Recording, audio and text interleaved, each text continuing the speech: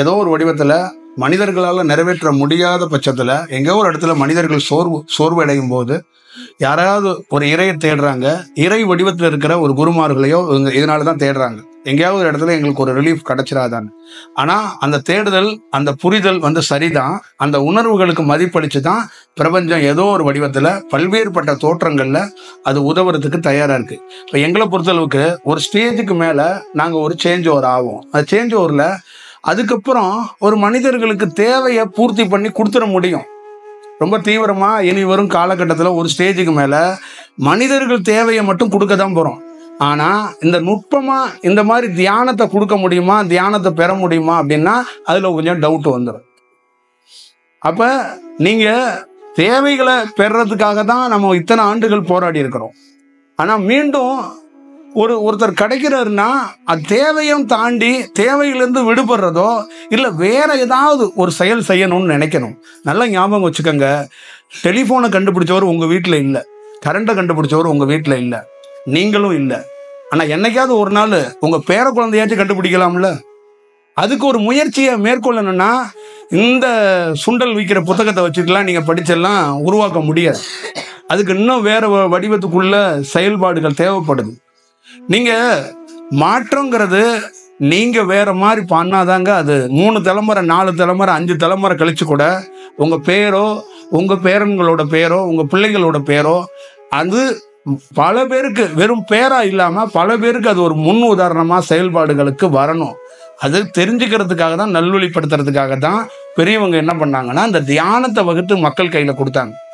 எப்பயுமே ஒரு யோகி, நல்ல ஞாபகம் வச்சுக்கோங்க, அவர் பேசுறாரு பேசல, அவருடைய நோக்கம் மக்கள் ஏதோ ஒரு வடிவத்துல கஷ்டத்துல வர்றவங்களுக்கு ஏதோ ஒரு வழியில அவங்களுக்கு உதவுறதுக்காக தான் அவர் நிக்கிறாரு. அவருடைய நோக்கம் அதுதான். ஆனா அவரு சில படைப்போடைய சில விசேஷமான சில யோகிகள் என்ன பண்ணுவாங்கன்னா வெறும் உதவியா இல்லாம பிறப்புல இருந்து விடுபடுறதுக்கு, அந்த துன்பத்திலிருந்து விடுபடுறதுக்கு, அந்த நான்லேருந்து விடுபடுறதுக்கு, இந்த கமிட்மெண்ட்லேருந்து விடுபடுறதுக்கு இந்த மாதிரி ஒரு வாய்ப்பை எங்கேயாவது சில ஆன்மாக்களுக்கு ஏற்படுத்திடணும். அதுக்கான காலம் நல்ல உகந்த காலமா இருக்கு, ஒரு செயல்பாடா இருக்கு. அது அப்படிங்கிறதுக்காக தான் போராடுறது, இந்த தியானத்தை கொடுக்கறது. மற்றபடி இந்த தியானத்துக்குள்ள ஒரு குருவோடைய அந்த தியானத்தினால பெரிய புரட்சி நடந்துச்சு, அது நடந்துச்சு அப்படியெல்லாம் இல்லை. இதை விட அடிப்படையா இதை நிறைய பேர் புரிஞ்சுக்கிட்டாங்கன்னா ரொம்ப நல்லா இருக்கும். அதோட தியானத்தோட நோக்கம் என்னன்னா விடுபடுறது. இதுதான் ரொம்ப முக்கியம். விடுபட முடியாது, நம்மளால யாராலையும் விடுபட முடியாது. தாய் சொன்னாலும் நம்மளால விடுபட முடியாதுங்க, தகப்பன் சொன்னாலும் விடுபட முடியாது. அதுதான் மனித பிறப்புல கண்டுட்டு எல்லாரும் ஏன் பயப்படுறாங்கன்னா அரசன் கூட ஒரு இடத்துல அழுதுருவாங்க. கோடிக்கணக்கா சொத்து சம்பாரிச்சு ஆட்சியை இப்ப கண்ணு கெட்டின தூரம் நாடுகளை பிடிச்ச எல்லா அரசனுங்களுமே சாகும்போது நொந்து நூலாகி அந்த அவளாகி தான் செத்து போனான்.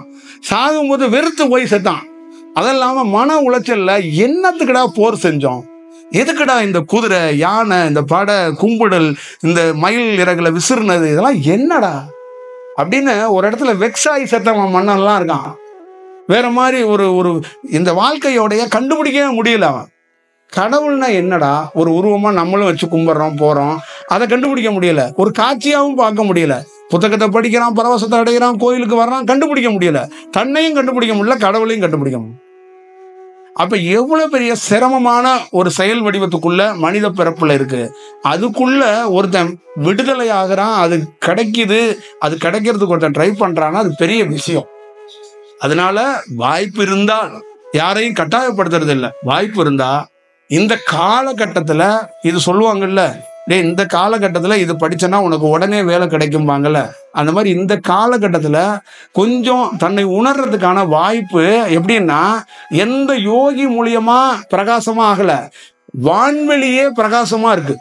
அந்த காலம்ங்கிறத அதை வச்சுதான் கணக்கிட முடியும்.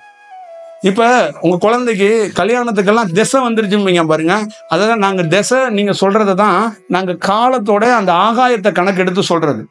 அப்ப ஆகாயங்கிறது என்னன்னா உலகம் முழுக்கவே என்ன மாதிரி பசி பஞ்சம் போர் பிரச்சனை எது வந்தாலும் ஒரு மனிதன் தன்னை உணர்றதுக்கோ மேன்மனை அடையிறதுக்கோ வாய்ப்பு இருக்கு. ஏன்னா ஒரு சிந்தனை எங்க மேம்படும் அப்படின்னா அந்த காலம் நல்லா இருக்கும் போதுதான் மேம்படும். ஒரு குடும்பம் பார்க்கும்போதே அப்படியே மங்களகரமா இருக்கு, மகிழ்ச்சியா இருக்குன்னா அங்க ஒரு 4 கிரகங்கள் நல்லா இருக்கும்போது பையன் பொண்ணு இவங்க எல்லாருமே ஒரு சின்ன அழுவை இல்லாம மகிழ்ச்சி தெரியும். ஒரு குடும்பத்துக்குள்ள ஒரு வறுமை அப்படிங்கிறது என்னன்னா, புழுங்கி புழுங்கி புழுங்கி புழுங்கி அவங்க சிரிப்பை கூட அழுவையா தான் வெளிப்படுத்துவாங்க. ஏன்னா 2 தலைமுறையா நிறைய பேர் வந்து அந்த அழுகையை பார்த்துட்டு வந்தவங்களா இருப்பாங்க. அப்ப சில குடும்பங்கள்லாம் என்ன இருக்கும்னா, நான் இவ்வளோ தூரம் கஷ்டப்பட்டேன், என் பிள்ளையாச்சும் நல்லா படிச்சு பெரிய ஆளாகி ஏதாவது ஒன்று பண்ணட்டும் அப்படிம்பாரு. துரதிர்ஷ்டம் என்னன்னா, எத்தனையோ குழந்தைங்களை காடு கரைகள்ல உழைச்சு தேஞ்சு மண்ணோட அதிகமா தேஞ்சு மக்கி போற அளவுக்கு தேஞ்ச நிறைய பேருடைய மகன்களோ மகள்களோ ஆஸ்திரேலியா அமெரிக்கா மாதிரி வேலை பார்த்துட்டு தன்னுடைய தாய் தகப்பனோட இறப்பு கூட வரமாட்டாங்க. இதுதான் அதுல இருக்கிற ஒரு லீவு கிடைக்கலன்றுவாங்க, அதுவும் வாங்க அங்கே குடும்பத்தோட கூட்டிகிட்டு வர முடியாதுவாங்க. அந்த ஃபேமிலியில் அந்த ஒய்ஃபு கூட இப்போ நம்ம போனோம்னா இத்தனை லட்ச ரூபா செலவாகும்பாங்க. ஆனால் அடிப்படையாகவே நமக்கு ஒரு முகவரி கொடுத்தவன். அப்போ அப்போ என்ன ஆகுது அப்படின்னு கேட்டிங்கன்னா, அந்த நல்ல செயலை சிந்திக்கிறதுக்கு கூட ஒரு காலம் வேணும். அதை அமுல்படுத்தணும்னு சொல்லுவாங்கல்ல, அப்போ நல்ல செயல் இருந்தால் தான் அமுல்படுத்த முடியும். அப்போ அது வந்து நீங்கள் அவசியம் அது பார்த்துக்கணும். ஒரு ஒரு ஒரு அதிசயம், இந்த கோயிலில் மாணிக்க வாசகர் நான் உட்காந்துருக்காருன்னா சிலை தான் இருக்குது. ஆனால் தொடர்ந்து இந்த இடத்துக்கு ஒருத்தன் வந்து போயிட்டே இருந்தானா அவன் வாழ்க்கையில் சேஞ்ச் ஆகும். அதே மாதிரி தான் எங்களை மாதிரி ஆளுங்களை நீங்கள் சந்திக்கும் போது ஏதோ ஒரு இடத்துல உங்களுக்கு 10 விஷயத்தில் 2 உங்களுக்கு ஏதோ ஒரு ஃபேவராக நடக்கிறதுக்கான வாய்ப்பு உருவாக்கிறோம். ஆனால் எங்களை தனிப்பட்ட முறையில் கேட்டிங்கன்னா அதை சுத்தமாகவே விரும்ப மாட்டோங்கிறதா நான் நினைப்பேன். அதுலெல்லாம் எனக்கெல்லாம் சந்தோஷமே கிடையாது. இப்போ எனக்கு நான் தேடும்போது, எனக்கு இந்த தியானத்துக்குள்ளே தேடிட்டு இருக்கும்போது அந்த மாதிரி நான் கேட்டது கிடைச்சிருந்துச்சுன்னா நான்லாம் வீணாக போயிருப்பாங்க. நான் கேட்டது மட்டும் இந்த பிரபஞ்சம் எனக்கு கொடுத்துருந்துச்சுன்னா அதிகாரத்தையும் பணத்தையும் புகழையும் தான் நம்ம கேட்டோம், வேற என்னத்தை கேட்டோம்? அப்புறம் இன்னொரு பெரிய கடுமையான ஒரு செயல் சொல்லாடல்களை மனிதர்கள் வச்சுருப்போம். சில கட்சிக்காரங்க ஒரு 5 டைலாக் ஒன்று வச்சுக்குவாங்க, ஒரு 5 டைலாக் வச்சுக்குவாங்க. எங்கள் கட்சியோட தொண்டர்கள் இத்தனை பேர் இருக்காங்க ஒன்று. அப்புறம் ஒரு 4 வடிவத்தில் 4 டைலாக் ஒன்று வச்சுக்கிட்டு அதே பாட்டாக பாடிட்டு இருப்பாங்க. அதே மாதிரி நம்ம ஆளுங்க என்ன பண்ணுவாங்கன்னா, எந்த சூழ்நிலையும் என் உடம்பு நோய் வாய் பற்றக்கூடாது. ஒரு ஆணோ ஒரு பெண்ணோ முதல்ல கோயிலில் போய் வைக்கிற கோரிக்கையே இதான் வைப்பாங்க, முதல்ல என் உடம்புக்கு எதுவுமே வந்துடக்கூடாது. ஒரு ஆணுக்கோ பெண்ணுக்கோ இப்படி தான் ஒரு செயல். கருவில் உருவாகும் போதே ஒரு உடலில் எந்த உடலாக இருந்தாலும் அந்த உடலில் சிறு சிறு பாதிப்புகள் ஏற்படும், அது இயல்பு. எந்த உடலுமே நோய் இல்லாத உடல் இந்த உலகத்துல எந்த உடலுமே கிடையாது. ஏதாவது ஒரு சிறு சிறு பாதிப்புகள் ஆணுக்கோ பெண்ணுக்கோ இருக்கதான் செய்யும். அது மனிதனா கன்வெர்ட் ஆகி ஒரு குழந்தை அங்க ஃபார்ம் ஆகி ஒரு குழந்தை உள்ள உருவாகி வெளியில வந்து இந்த சூழல்ல வளரும் போது ஒரு ஆணுக்கோ பெண்ணுக்கோ ஏதோ ஒரு சின்ன சின்ன ரிஃப்ளெக்ஷன் இருக்கதான் செய்யும். அந்த ரிஃப்ளெக்ஷன் பரவாம அது மேம்படுறது அதோட பூர்வ ஜென்மத்தோட செயல்பாடுகள். அதுல தான் அதோட செயல் இருக்கு. அது பரவணுச்சுன்னா அது துன்பப்படுது, அது பரவலைன்னா அது மேன்மையா அந்த இதையே தக்க வச்சுக்கிட்டு வயசானதுக்கு அப்புறம் அதோடைய பலவீனமா அது மாறுறதுக்கான வாய்ப்பு இருக்கு. நீங்க அதை அவசியம் பார்த்துக்கங்க. இதுல இருந்து விடுபடுறது அப்படிங்கிறது ஒரு மனிதனுக்கு தேவை. அதுதான் ஒரு ஒரு மற்றவங்களுக்கும் இந்த தியான சம்பந்தமா பேசுறவங்களுக்கும் வித்தியாசம். அதுதான் அவங்களை சந்திக்கிறது, உரையாடல் நடத்துறதும் அதுக்காக தான் நம்ம வந்து நினைக்கிறது. நான் அதுக்காக தான் நினைக்கிறேன். உங்களுடைய ஆசைகளுக்கு நான் எப்பயும் குறுக்க நிற்க மாட்டேன். நீங்கள் வந்து ஆசைப்படுறது உங்களுடைய உரிமை, உங்களுடைய உண்மையான செயல் வடிவம். என்னத்தை நம்ம தியானம் கொடுத்தாலும் அந்த தியானத்திலேருந்து முன்னேறி வரணுங்கிறது அந்த ஆன்மாவோட தலையெழுத்துங்கிறது தான் இருக்குது. அந்த ஆன்மா கிட்ட கொடுக்கப்பட்டுருச்சு, ஒரு பொக்கிஷத்தையே கொடுக்குறோம் நம்ம. அந்த ஆன்மா கையில் வச்சு அதோட நிர்வாகத்தில் தான் அது ஜெயிக்குதா தோக்குதாங்கிறது அது கையில் தான் இருக்குது. ஆனால் அது என்ன சொல்லுதுன்னா நம்மளை நோக்கியே பார்க்குது. நீங்கள் கையில் ஒன்று கொடுத்தீங்க ஆனால் அது என்ன வேலையை செய்யலைங்கிற மாதிரி பார்க்குது. கையில் கொடுத்தாச்சுன்னா அது அன்னையிலேருந்து அது பொறுப்பு.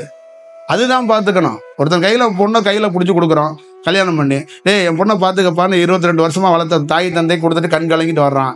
பார்த்துக்கணும்ல, 3வது நாளே உங்கள் பொண்ணு சரியில்லைன்னா என்ன பண்ண முடியும்? சரியில்லாத பொண்ணாக தான் இருக்கும், அட்ஜஸ்ட் பண்ணி தான் பண்ணணும், அடுத்தடுத்துக்கு கூட்டிகிட்டு தான் போகணும். சரியில்லாத பொண்ணுன்னு தெரிஞ்சுதான்டா 22 வருஷமாக வளர்த்தேன், ஆற்றுலையோ குளத்துலையோ உடல் இல்லை. சரியில்லாத பொண்ணுன்னு தெரிஞ்சு நான் கொண்டு ஆற்றுல கொண்டு விட்டுட்டு வரல. அதை நான் வந்து எப்படி பண்ணேன்? அதே தாண்டா, அந்த நம்பிக்கை அடிப்படையில் தாண்டா கல்யாணம் பண்ணி கொடுக்குறோம். நீ தான் பார்த்து கரெக்ட் பண்ணி ஒரு செயல் பண்ணணும். நமக்கு ஏற்ற மாதிரி நமக்கு ஃபேவரா இருக்கிற மாதிரி அந்த பொண்ணு 24 மணி நேரம் பாட்டு பாடிட்டா சுத்திட்டு இருப்பா? இல்லை ஒரு ஆணும் அப்படியா இருப்பான்? இப்படிலாம் இருக்க முடியாது இல்லை. ஆனால் ஒரு பெண்ணோ ஒரு ஆணோ திருமணத்துக்கு முன்னாடி தன்னுடைய வாழ்க்கைக்கு முன்னாடி பெரிய ட்ரீமை கனவை பெருசாக விதைச்சிட்றான். அதுக்கு ஏற்ற மாதிரி அவளுக்கு கிடைக்காத பட்சத்தில் அவள் செட்பேக் ஆகி அவள் புலம்பி தள்ளுறான். அவளுக்கு என்ன வாழ்க்கை கிடைச்சாலும் அவள் ஒன்று ட்ரீமோ ஒரு கனவு கண்டிருக்கா பாரு, அந்த உலகம் அவளுக்கு கிடைக்காத பட்சத்தில் அவள் ஏதோ எது கிடைச்சாலும் ஒன்று மிஸ்ஸிங்னே சொல்லிக்கிட்டு இருக்கா. அதை வெளிப்படையாக சொல்ல மாட்டா. ஏன்னா அவள் கனவு கண்டது நடக்கலை. அப்போ ஒரு யோகி என்னன்னா, மனிதனா இருக்கிறதுலேயே விடுபடுறதே பெரிய கஷ்டம். நீ கனவு வேற கண்டு வச்சுட்ட, கனவு கரெக்ட் பண்றதே பெரிய, அதுக்கு மேல அது ஒரு வேலை. இப்போ இதெல்லாம் அறிந்து செயல்பட்டா அந்த வாழ்க்கை ரொம்ப வேற மாதிரி மேம்பட்டதா இருக்குங்கிறதா இந்த தியானத்துக்குள்ள இருந்து சொல்லி தரணும்னு நினைக்கிறதோ கொடுக்கறதோ அதுதான். இந்த தியானத்தை பொறுத்த அளவுக்கு பிக் சைலண்ட் தான். தியானங்கிறதே பிக் சைலண்ட் தான். தியானத்தை போய் உரையாட முடியாது. அனுபவத்தை போய் எனக்கு தினந்தோறும் தியானத்துக்குள்ள ஒரு அனுபவம் நடந்துகிட்டே இருக்கு, நான் என்ன புத்தகம் எழுதினாலும் என்ன பேசினாலும் அதை துல்லியமா வெளிப்படுத்த முடியாதுங்க. அது உணர்ற செயல். உணர்ற செயலை போய் எப்படி சொல்ல முடியும்? ஒரு தாய் போய் தாம்பத்திய உறவை போய் மகளுக்கு போய் சொல்லி கொடுத்துட்டு இருக்க முடியுமா? அந்த மாதிரி தான் தியானம். தியானம் என்பது வெறும் உரையாடல்கள் நடத்த முடியாதுங்க. எந்த உரையாடலும் நடத்த முடியாது. அந்த அனுபவத்தை ரசிக்கணும், அந்த அனுபவத்தை உணரணும். உணர்ந்தா மட்டும்தான் அந்த தியானத்துக்குள்ள இருக்கிற செயல் வடிவத்தை தெரியும். உணர்ந்ததுனால தான் நிறைய யோகிகள் அகல மாட்டான். அங்கேயே ஏன் மலைகளையும் குகைக்குள்ளேயும் சுத்திக்கிட்டே கிடக்குறான்னா, அவன் உடல்ல அந்த மாதிரி செயலை பார்த்துருக்கான். பார்த்ததுனால அவன் என்ன சொல்றான், அதுலேருந்து வெளியில வர மாட்டான். வெளியில வர முடியல அவனால. அந்த மாதிரி ஒரு செயலா மாறி போயிடுறான். அப்ப வெளியில பார்க்குற ஒரு மனிதனுக்கு எப்படி தெரியும்?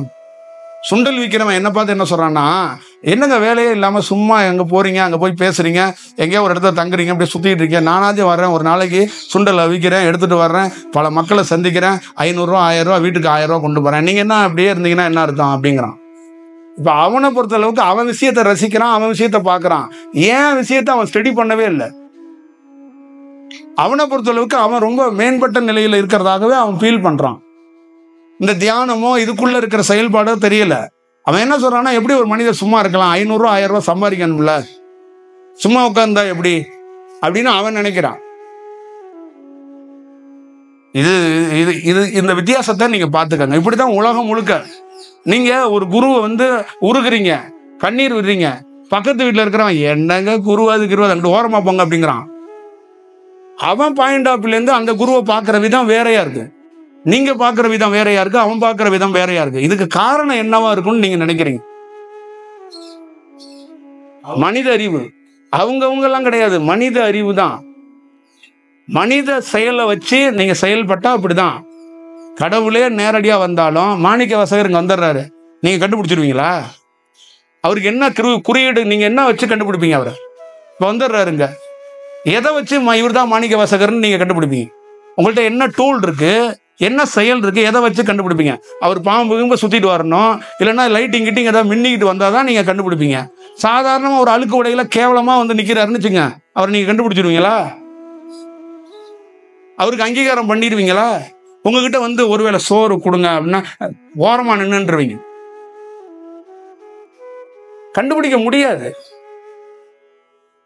நமக்கு சொல்லல, இந்த உலகத்தை படைத்த அத்தனை கடவுளே நேரடியா வந்தாலும் ஒரு சாதாரண மனித அறிவை வச்சு கண்டுபிடிக்க முடியாது. இப்ப மனிதன் தோத்து போயிடுவாங்க. இப்ப நீங்க அதை அவசியமா அது தெரிஞ்சுக்கங்க. நம்ம அறிவை வச்சு எதை கண்டுபிடிக்கலாம்னா, ஆப்போசிட்ல இருக்கிற மனிதனை தான் கண்டுபிடிக்கலாம்.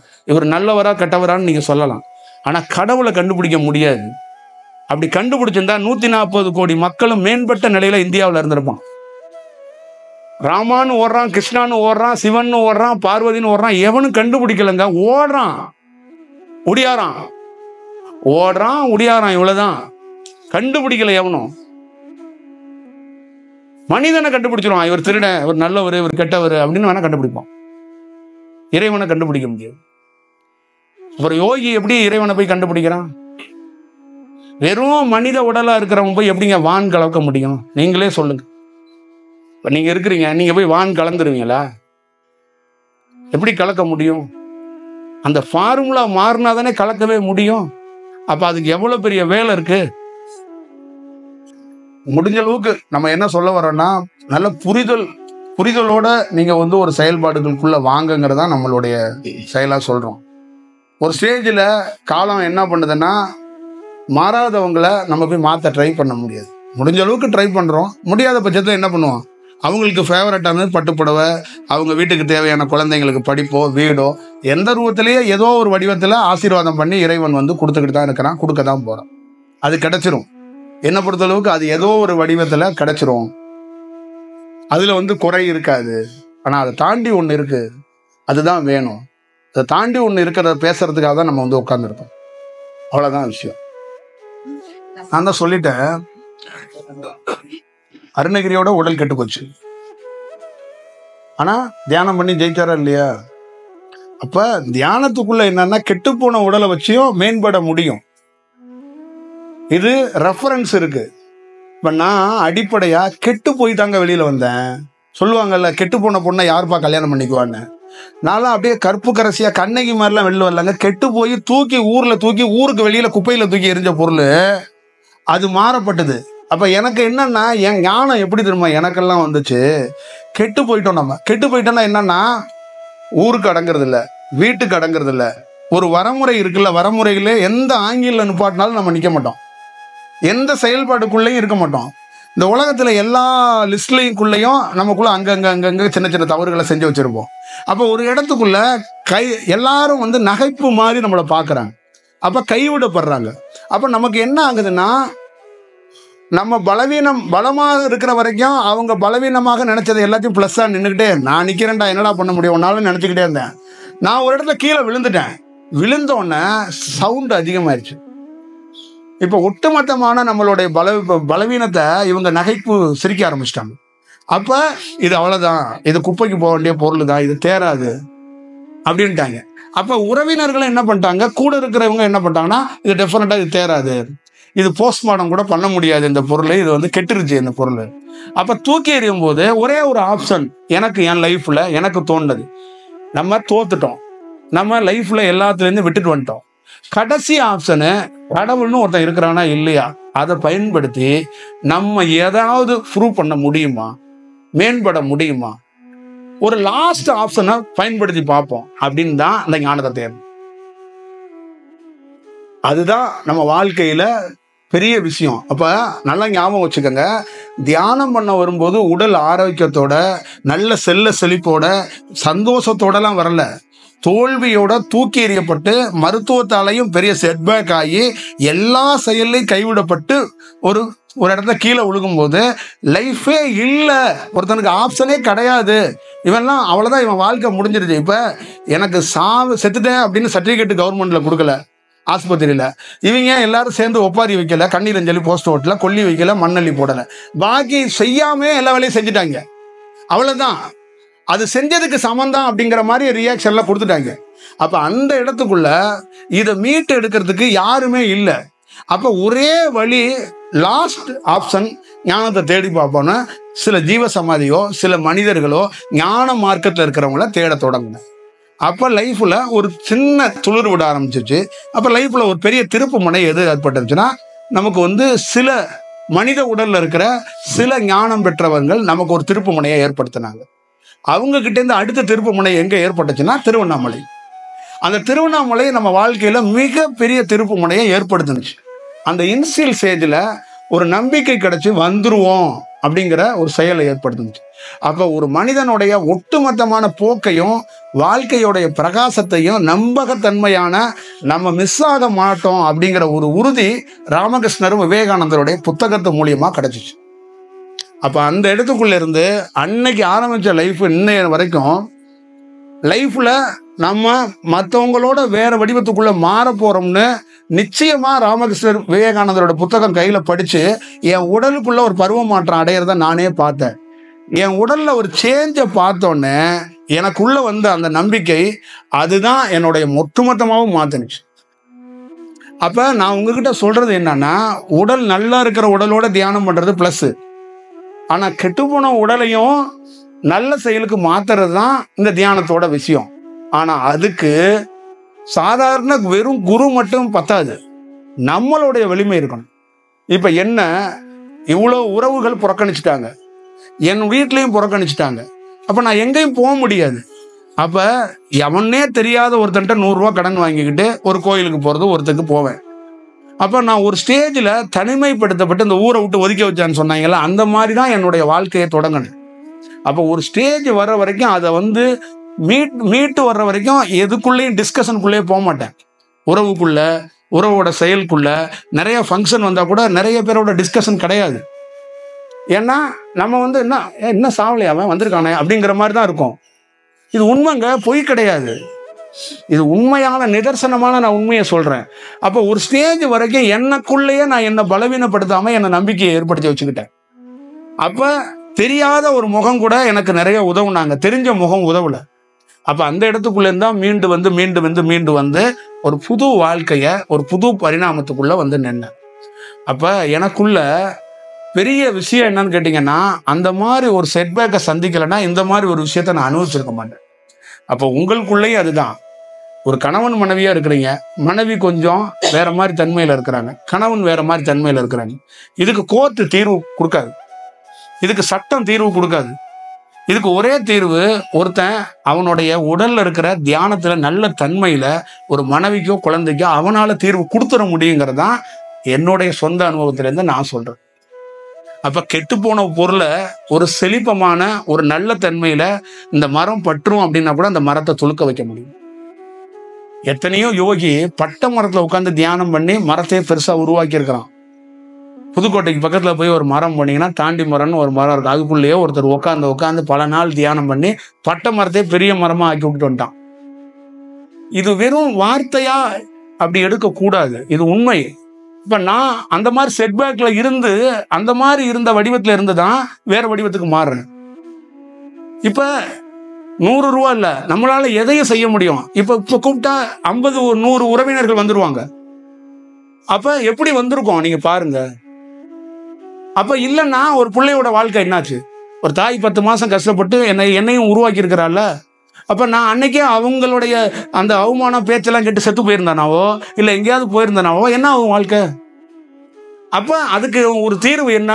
மருத்துவத்தால பண்ண முடியல, படித்த அறிஞர்களால பண்ண முடியல, உறவால பண்ண முடியல.